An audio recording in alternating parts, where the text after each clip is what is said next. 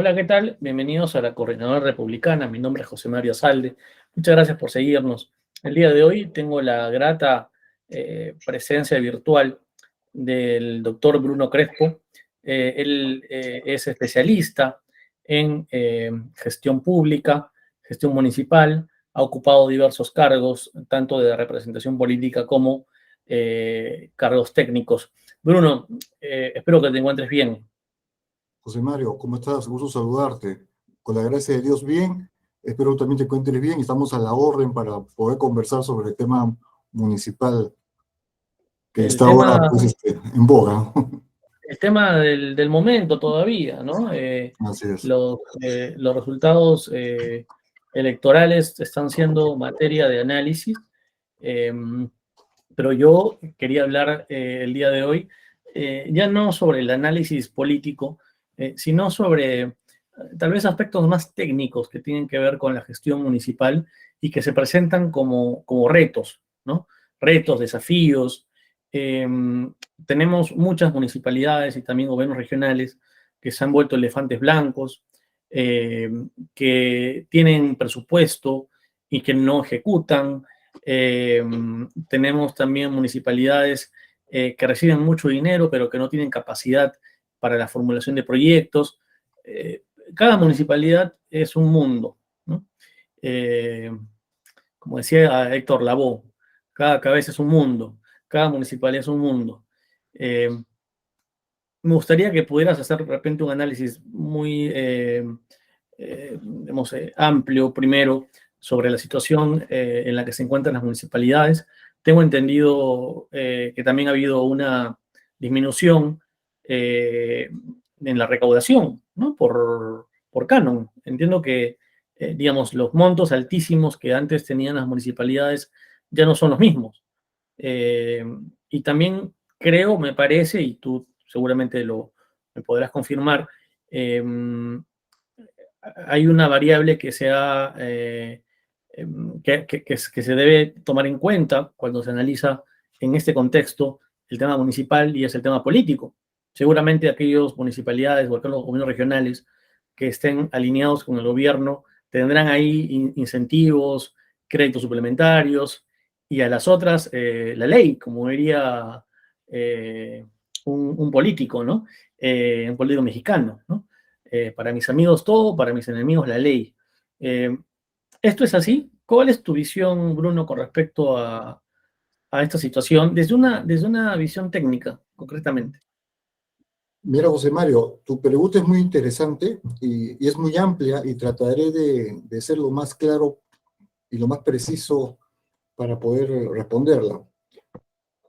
Ah, fíjate, es comprobado que tanto la municipalidad como los gobiernos regionales a fin del periodo, a fin de año, devuelven dinero al gobierno central, puesto que no tienen la mayoría capacidad de ejecución ni proyectos para ejecutar, tiene una poca capacidad. Este año, que es un año que te estás terminando ya apenas en 2 meses, es un año fundamental porque entra una nueva autoridad municipal que a partir del 1 de enero se va a encontrar con un presupuesto aprobado por la anterior gestión, es decir, por esta saliente, va a tener que comenzar a ejecutar una serie de obras o proyectos que posiblemente estén a medio camino, puesto que mientras el nuevo alcalde con sus funcionarios asumen el cargo y comienzan a tomar razón de la problemática de la ciudad y de los expedientes que están en giro, pasar varios meses, ¿no? Entonces, creo yo, y con la poca capacidad, porque ahora inclusive van a entrar funcionarios con sus presencias nuevos y hasta que estas personas tomen conocimiento de nuevos expedientes va a haber un desfase. Y, sumado a la poca capacidad de gasto que por sí tienen las municipalidades, es decir, yo creo que el primer año de gestión de las próximas autoridades municipales va a ser un año de ejecución de obras muy bajo, por estas razones.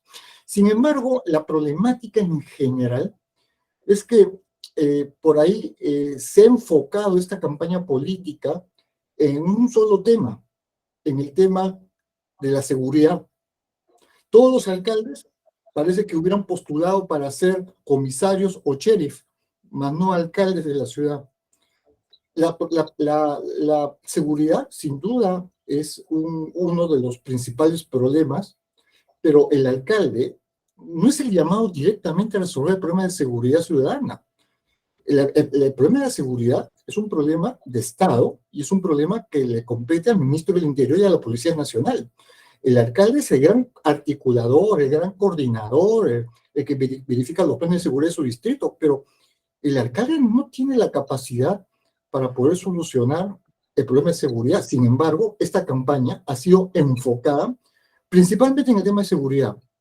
Y cuando hemos visto los debates públicos de los candidatos, la pregunta más importante que se debió hacer a un candidato en este debate fue la última. O sea, primero eran una serie de preguntas, pero la más importante fue la última. ¿Cuál es su visión de ciudad? Cuando esa pregunta era fundamental, debió ser la primera, señor candidato. ¿Cuál es su visión de ciudad? Porque a partir de esa visión de ciudad se comienza a desarrollar todas las estrategias, ¿no?, que desencadenan una gestión. Seguridad, salud, limpieza pública, transporte, vialidad, ornato, parques y jardines, educación, etcétera, etcétera, etcétera. Entonces, yo percibo que no se está enfocando el tema municipal con una visión de ciudad. ¿Dónde quiero enfocar, dónde quiero llevar a mi ciudad, a mi distrito, a mi provincia, de aquí a los próximos 15, 20, 25 años? Porque esa es la misión del alcalde. El alcalde tiene que tener una visión amplia. Y vamos a tocar, por ejemplo, como ejemplo de alcaldes de Lima que han tenido esa visión, ¿no? Luis Bedoya. Quería hacerte una consulta porque has tocado un tema importante, pero la ley ya no establece, digamos, mecanismos para todo lo vinculado a lo que es el manejo de la seguridad ciudadana. Es decir, la propia ley de municipalidades no establece, digamos, la estructura para que funcione, digamos, la municipalidad como un ente articulador con la policía y demás. ¿Eso ya no está en la ley? Digamos. Pero por supuesto, o sea, a eso voy, o sea, la ley establece cuál es el rol que debe cumplir el alcalde por el tema de seguridad ciudadana, pero en realidad el alcalde no va a perseguir al delincuente. El sereno, que no tiene arma, ¿no?, porque no porta ningún tipo de arma, no está en capacidad de poder enfrentar a un delincuente que baja con un revólver, con una metralleta, una granada. O sea, digamos, el trabajo, la función del alcalde es una función articuladora con la policía, con el comisario, ¿no?, con el ministro del Interior, pero no es una función represiva de seguridad. Es una función de la policía, netamente. Entonces, creo yo que no hay una escuela de serenos. En muchas municipalidades se llevan a un curso, pero no hay una escuela de serenos. Nosotros vemos serenos que no cumplen con las condiciones ni biotipo para dar protección. Gente baja, que no maneja ningún tipo de, digamos, de recursos para poder inmovilizar a un delincuente. Acá hemos visto, por ejemplo, en un distrito de clase media alta, ¿no?, cuando hubo un operativo de ambulantes, el sereno atogotó pues al ambulante y lo terminó matando, ¿no es cierto? O sea, porque obviamente no es gente preparada, no es gente capacitada. Sin embargo, la municipalidad cobra un arbitrio de serenazgo y ese arbitrio de serenazgo genera en la población, ¿no es cierto?, la exigencia de que se brinde algo de seguridad en su localidad. O sea, la norma sí lo faculta, pero el problema son los discursos, como diría un abogado, ¿no?, punitivistas, ¿no?, del castigo, ¿no?, que en realidad tampoco no es positivo porque no ayuda a crear conciencia ciudadana, ¿no? Además que los mecanismos, digamos, las agencias de control del Estado, ¿no?, de seguridad, etcétera, que tienen están facultadas para ejercer el ius punendi, deben intervenir, digamos, de última ratio. O sea, Totalmente de acuerdo. No intervienen, digamos, en primera línea. En la primera línea están las juntas de los vecinos, serenazgo, digamos, no podemos ir directamente a la represión, porque si no estaríamos bueno, aparte de la vulneración de derechos, que es evidente, creando un estado policial, básicamente, desde las Totalmente de acuerdo. No, municipalidades. totalmente de acuerdo, José Mario, y habría que hacer un poco de historia, porque si no se sabe la historia, no podemos llegar a la conclusión final. El serenazgo en los últimos años nace. En los años 90, la policía estaba replegada en las comisarías por el terrorismo. Toda la policía hacía un trabajo administrativo y las calles habían quedado totalmente vacías de presencia policial. Entonces, un alcalde, en ese entonces, Alberto Andrade Carmona, alcalde de Miraflores, comienza a formar lo que ya había existido hace muchos años atrás, que era el serenazgo. ¿Para qué? Para suplir con agentes municipales en cuidar la ciudad, porque no habían policías. Estamos en una época de terrorismo. Recuerda tú que los policías no andaban con uniforme, los militares no andaban con uniforme, mataban policías a cada rato. Entonces, la policía estaba totalmente replegada en sus comisarías y combatiendo el terrorismo, y en la calle no había seguridad. Entonces, se crea el serenazgo y se monta pues patrulleros, motos, con agentes municipales que patrullaban la ciudad como carácter preventivo. Entonces el vecino dijo, oye, mira, ve, ya no tengo policía, pero tengo el serenazgo. Entonces, tanto es así que había un asalto en la calle y la gente no gritaba policía, sino gritaba serenazgo. Correcto. Pero eso fue, digamos, en los años 90, cuando existía esa problemática del terrorismo y nace el serenazgo. Pero en el transcurso de los años, esa función del sereno se ha ido distorsionando y se confunde al sereno con el policía. O sea, la gente cree que el sereno es un policía y eso no es así. El sereno no es un policía. El Bueno, sereno es un policía municipal. es que también creo que las municipalidades no han hecho mucho por distinguir la función de uno y otro. Así Al es, sereno lo han transformado como una especie de Robocop. así Eh, es. ¿no? Totalmente de acuerdo. Cuando en otros lugares las personas que se encargan de ayudar a la municipalidad en temas de seguridad andan vestidos de civil, evidentemente tienen sus precauciones, ¿no? Tienen un chaleco, bueno, depende de la ciudad, depende de la municipalidad, pero no están vestidos como que fueran a la guerra, ¿no? Oye, Totalmente. hay serenazgos equipos de serenazgo de algunos distritos, me pareciera que los van a llevar a Ucrania, o sea, es realmente, y la imagen que da frente a la población, ¿no? Y que no es la correcta. Totalmente. Y la municipalidad cobra un arbitrio de serenazgo, entonces el vecino exige seguridad. Y el personal de serenazgo, a mi entender, por más capacitado que pueda estar, por más, digamos, proactivo que puedan ser, no pueden hacer nada frente a un delincuente que baja con una granada, con un revólver, no pueden hacer absolutamente nada. Su Ojo, misión es justamente disuasiva, pero no es represiva. y además que ellos no pueden, ellos no son competentes para criminalizar a nadie. O sea, Así es, ojo, así o sea, es, eso es una labor que le corresponde a la policía, al Ministerio Público, no así al es, serenazgo. así es. Entonces, cuidadito también con abusar a veces de estas funciones, ¿no? La misma presión social hace de que el sereno, que está seguramente poco informado, no lo han capacitado, cree que ejerce funciones de policía y no es así. No es Así es, así.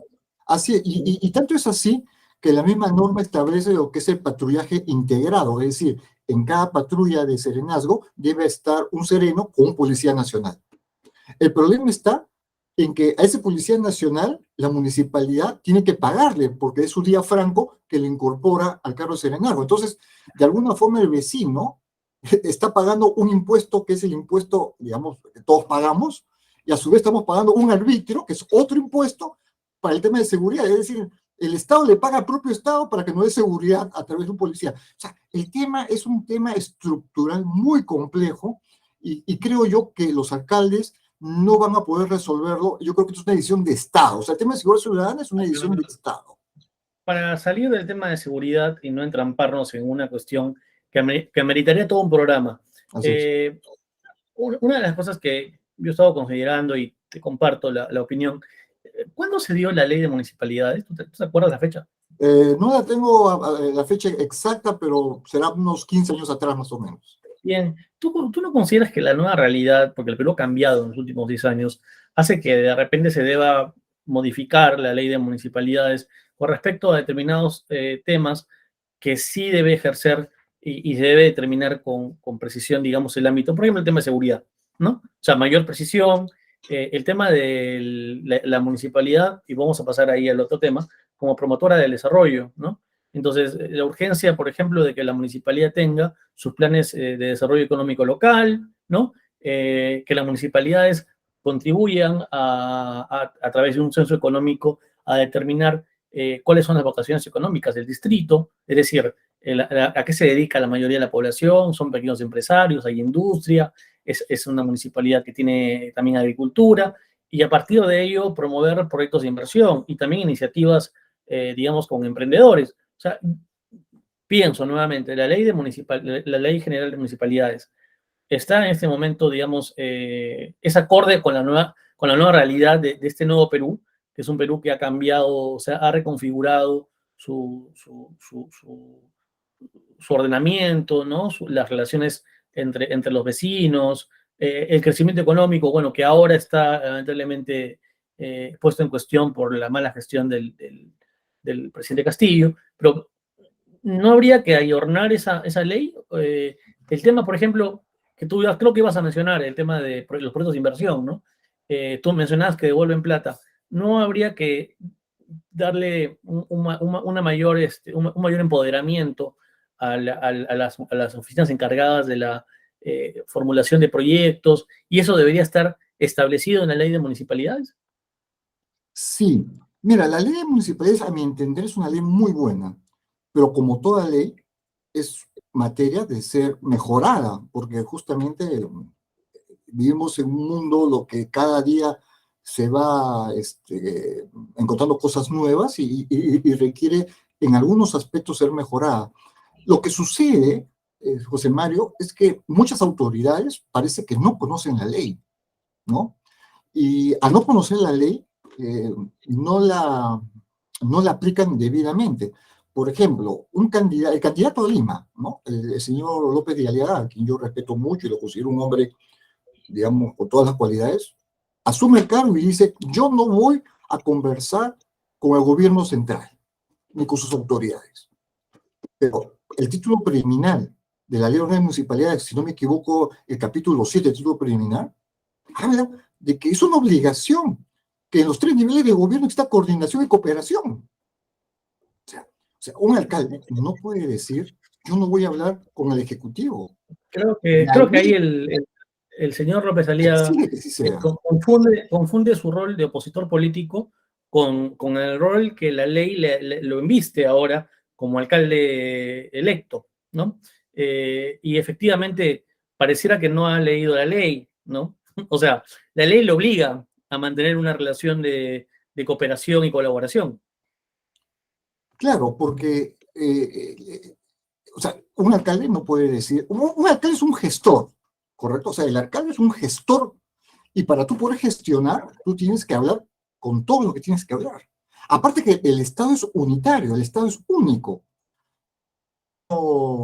Ejecutivo, gobierno nacional, gobierno regional, gobierno local, el Estado es uno. La municipalidad no es un Estado paralelo, el Estado es unitario. Entonces, el alcalde, si es un gestor, tiene que tocarle la puerta a las otras entidades del gobierno, ministro de Interior, ministro de Salud, ministro de Transportes, porque de lo contrario no va a lograr el objetivo que busca, porque necesita del gobierno central el apoyo para poder lograr para la población, porque aquí lo importante es la población, o sea, aquí no es importante el alcalde, aquí lo importante es la población, para que la población goce de los servicios que una ciudad como Lima, de 10 millones de habitantes, es decir, una ciudad país, Lima es una ciudad país, una ciudad de Lima con 10 millones de habitantes tenga las exigencias que debe tener una capital de la República con esa cantidad de habitantes. O sea, un buen sistema de transportes, tener zonas, una buena vialidad,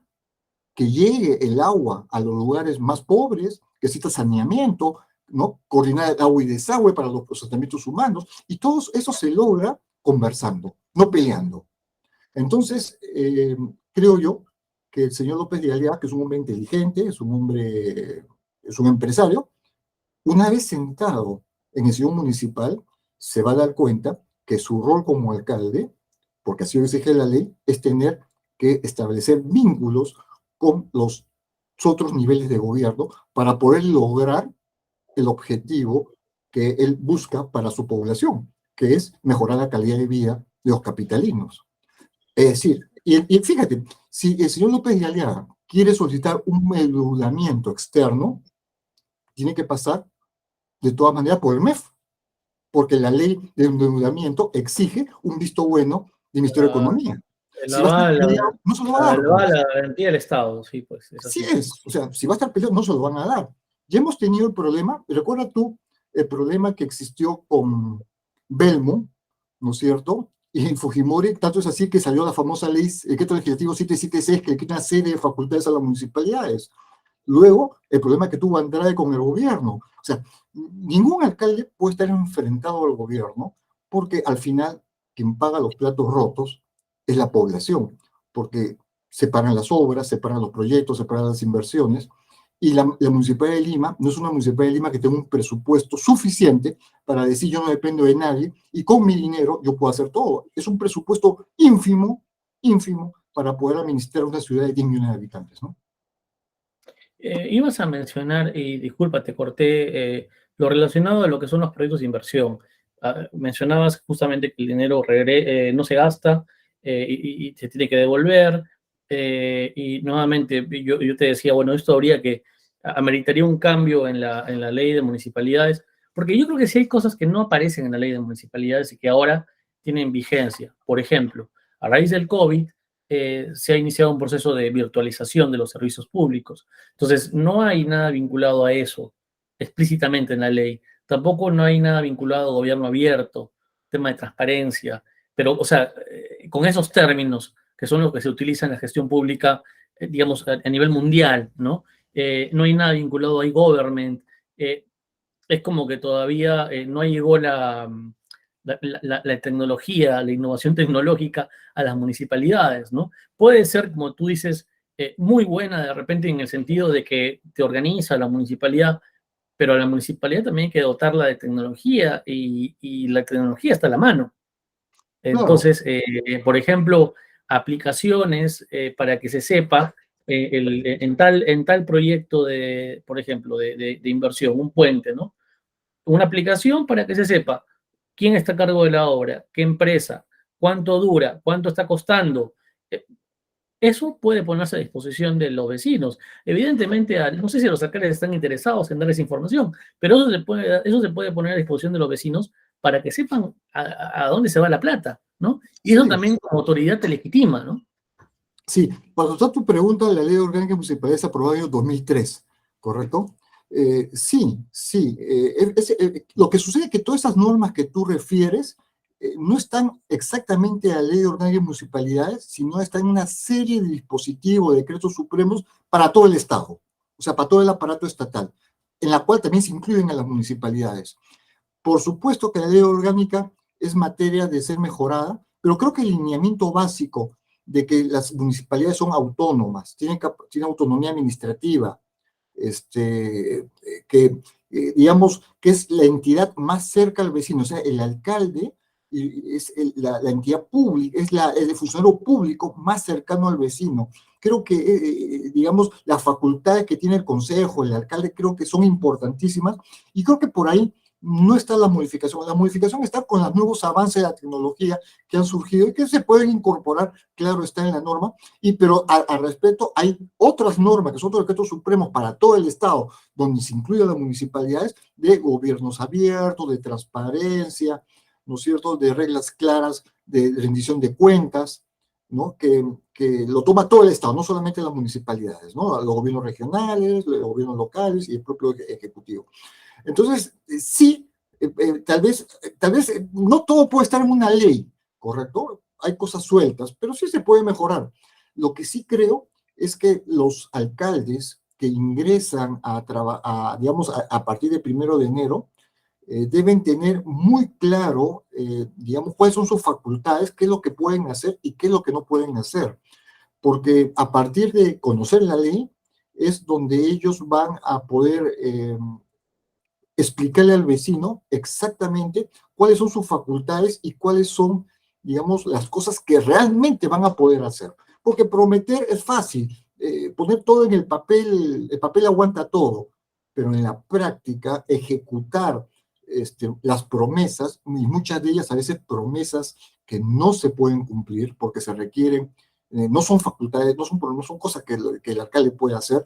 Entonces, digamos, se le está creando al vecino, al ciudadano, una falsa expectativa, ¿no? Entonces, es importante, y justamente esta mañana hablaba yo con un alcalde electo, y justamente le comentaba esto, ¿no? Le decía, tú tienes que ser muy franco con tu población, y decirle a tu población lo que tú puedes hacer como alcalde, y ser muy sincero con ellos, porque en la medida de que tú trabajes y en las cosas que tú puedes hacer como alcalde seas eficiente, yo creo que la población te va a apoyar. Pero si tú a la población le ofreces cosas que tú al final no vas a poder materializar, la verdad es que vas a llevar una cruz estos 4 años, porque la gente te va a reclamar, y con justa razón, porque obviamente es una mentira.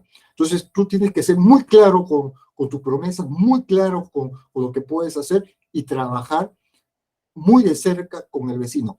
Mira qué importante, y esto es un tema que debería estar así en la ley orgánica de municipalidades, plasmado muy claramente, así con letras muy claras, que es la participación vecinal.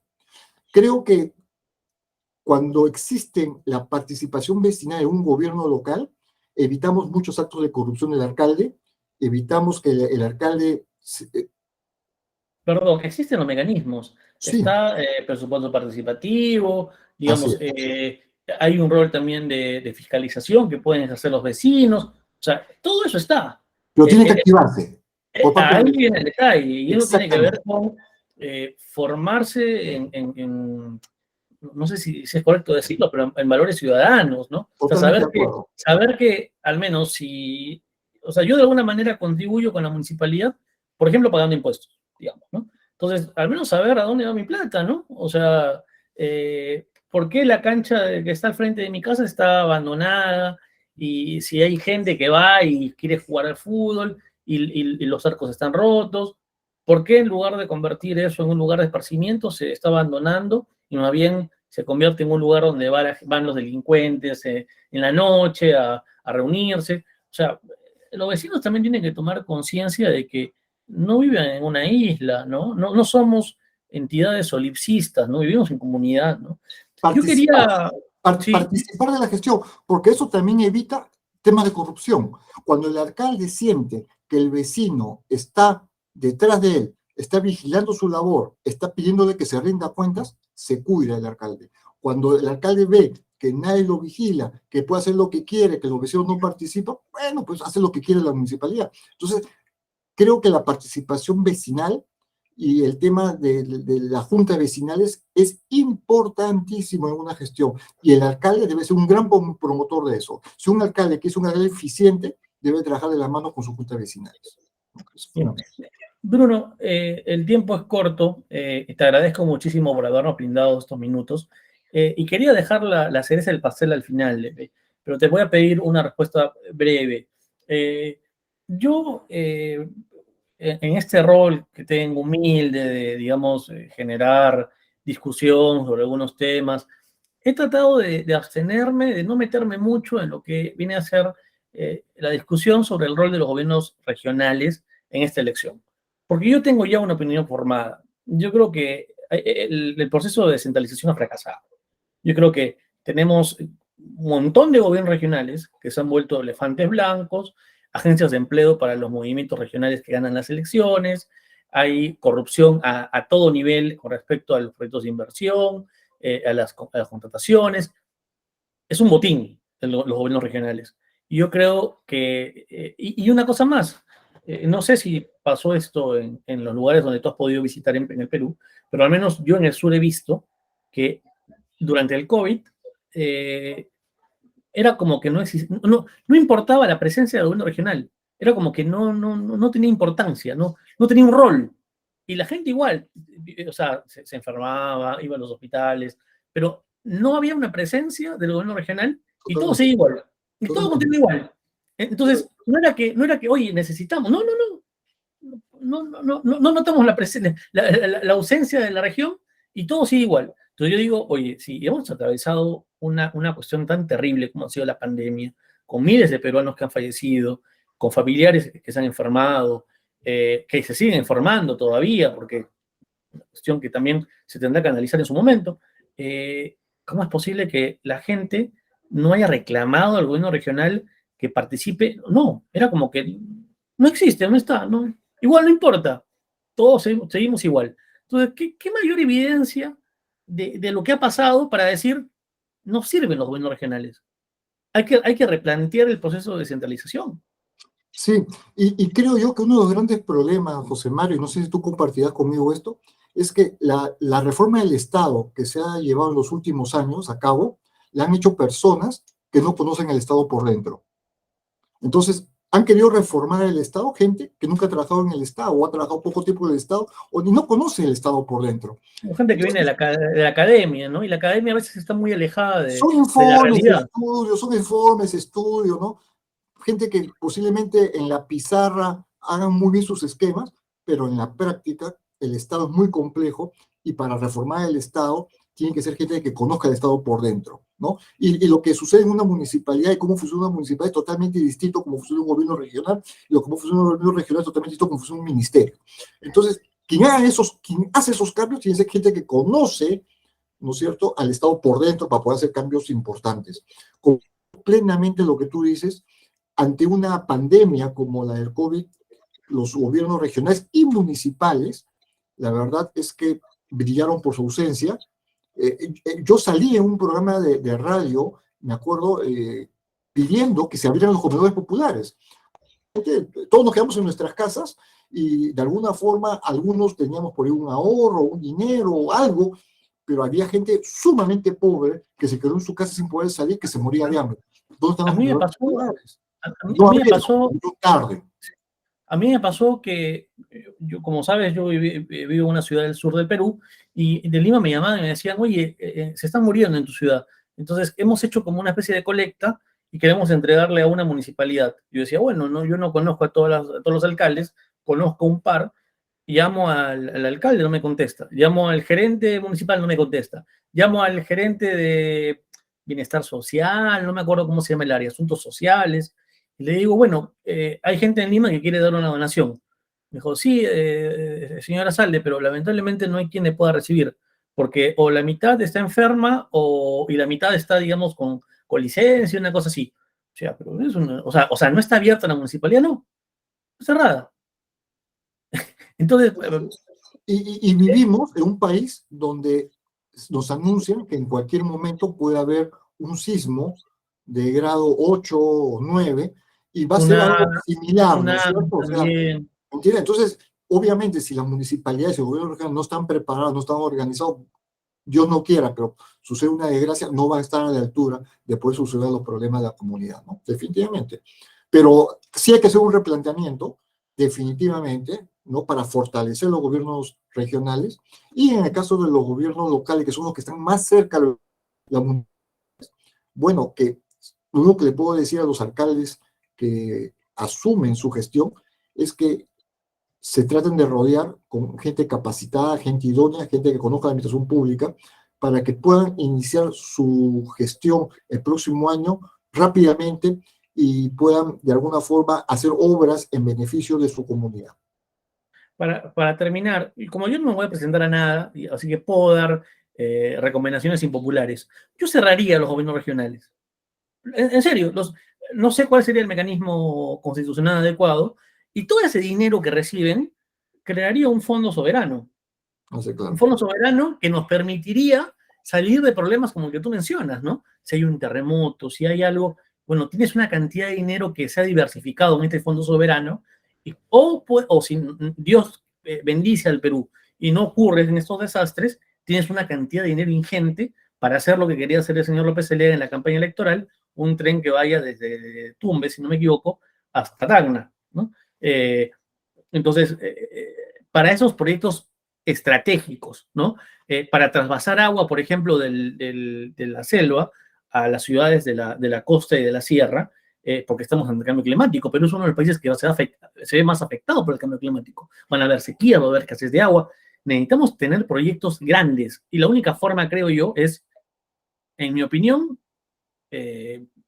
reformando el proceso de descentralización, o la propuesta más radical de ese servidor, cerremos los gobiernos regionales. Cerremos y que todo ese dinero que va a las arcas del gobierno regional, que se cree un fondo soberano, que diversifique esa inversión invirtiendo en algunos proyectos en otros países, generamos más rentabilidad y tenemos un colchón para cualquier emergencia. Porque además recordemos que el dinero que va a las municipalidades por canon proviene sobre todo de un recurso no renovable. O sea, ese dinero ya no va a volver. Ese dinero se saca el mineral y ya no retorna. Entonces, nos estamos comiendo el pan de mañana. Mañana ya no va a haber cobre, o de repente mañana el cobre va a dejar de ser importante como mineral y va a ser necesario otro mineral. ¿Y qué vamos a hacer? ¿Y qué hicimos en ese momento? Bueno, mi estimado Bruno, perdón por haberme excedido, pero necesitaba hacer esta catarsis que no le he podido hacer en época electoral y ahora sí, ¿no? Ahora que ya sabemos más o menos quiénes son, podemos hacer estos comentarios, creo que siempre en buena onda, ¿no? O sea, se les desea a todos los alcaldes y presidentes regionales que hagan una buena gestión, ¿no? Por el bien del país. Pero tampoco no podemos hacernos los idiotas y decir no hay problemas. Si hay problemas, hay problemas graves. Por supuesto, yo te agradezco tu espacio, te agradezco esta entrevista, porque aquí lo importante es que el ciudadano reciba de su gobierno local, de su gobierno regional, el servicio que se necesita. Te decía que Lima es una ciudad país de 10 millones de habitantes. Hay muchas personas que necesitan muchos servicios básicos que no les llegan.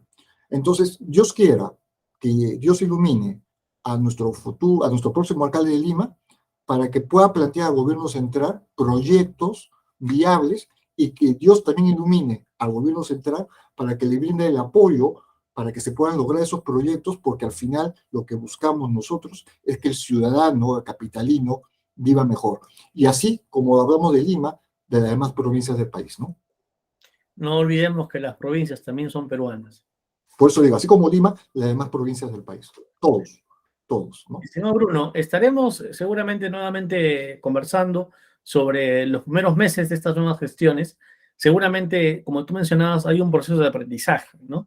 Excepto algunas autoridades que ya han sido alcaldes en su momento o gobernadores, pero seguro la gran mayoría que se estrenan como alcaldes y gobernadores van a tener un proceso de aprendizaje y esto se va a ver reflejado en una retracción seguramente o contracción del gasto público a nivel subnacional. Vamos a ver qué ocurre. Ya te convocaré, mi querido amigo, y ojalá que tengas la disponibilidad para poder conversar sobre estos temas. Siempre para ti, José Mario, toda la disponibilidad del mundo. Muchísimas gracias por la gentileza de tu entrevista. Muchas gracias, estimado Bruno. He estado con Bruno Crespo. Él es especialista en gobiernos locales, analizando los resultados electorales y también los grandes retos que tienen las nuevas autoridades. Muchas gracias a todos por seguirnos. Será hasta la próxima.